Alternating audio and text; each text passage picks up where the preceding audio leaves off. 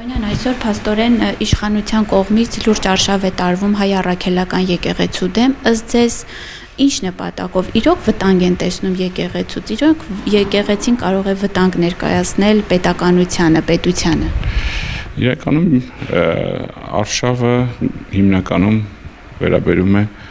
ազգային արժեքներին եւ ազգային ինստիտուտներին կայացմանը եւ եկեղեցին շատ կարեւոր դեր է կատարում այդ ամբողջ ազգային ճարտարապետության մեջ, թե որպես Հայաստանի հոգեվոր հենք, թե նաեւ որպես Հայաստան-Սփյուռք կապերի շատ կարեւոր դերակատարություն ունի։ Եվ ընդհանրապես այս արշավը հենց նպատակաուղղված է այդ հենքը խարխլելուն եւ նպատակը մեկն է՝ երկարաժամկետ վնաս պատճառել եկեղեցուն եւ դրանով նաեւ մեր ազգային ինքնության եւ ազգային դիմադրողականության։ Ըստ ձեզ դա հենց իշխանությունների կողմից արվող քայլ է, թե իրենք ինչ որ թելադրանքով են դա անում։ Պետք է